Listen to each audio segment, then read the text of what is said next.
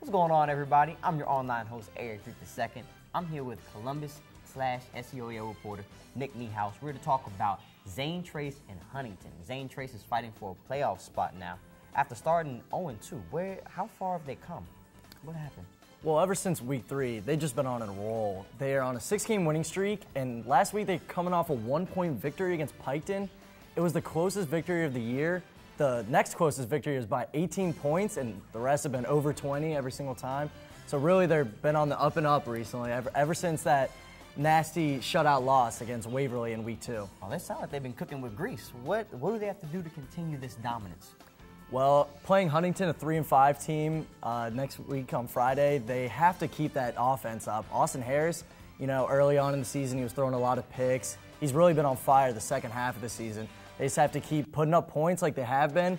They've been averaging over 20 points. They've only had one game where they won under 20 points, and he just has to stay on. He just has to stay on roll. So does Huntington derail this Zane Trace train? I don't believe Huntington will be able to beat Zane Trace this week. I just think that Austin Harris has been on fire recently and that Zane Trace has been on a roll. I think they have the playoffs in their hopes, and really, I think they have to win out to make the playoffs. They have 2 more games against teams that are under 500. I don't think those are necessarily statement games, but I feel like they're games that if they do lose, the playoff committee will see that and just push them to the side because, you got a 1-7 team coming up on their last home game, and this Huntington team that's 3-5, I think that these are 2 games that they really need to win to make the playoffs. Oh, yeah, definitely. I think that they pull both of these games out as well. They have 1-7 Westfall next week to close out their season. I think they get both of them done. It's going to be tough to try and make the playoffs, though, because of that win average in the system with the OHSAA.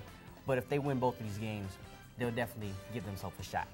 You can follow us across all forms of social media at Gridiron Glory. You can follow your boy as well at Junior_Threet. Nick, thank you, sir. We'll holler at y'all next time.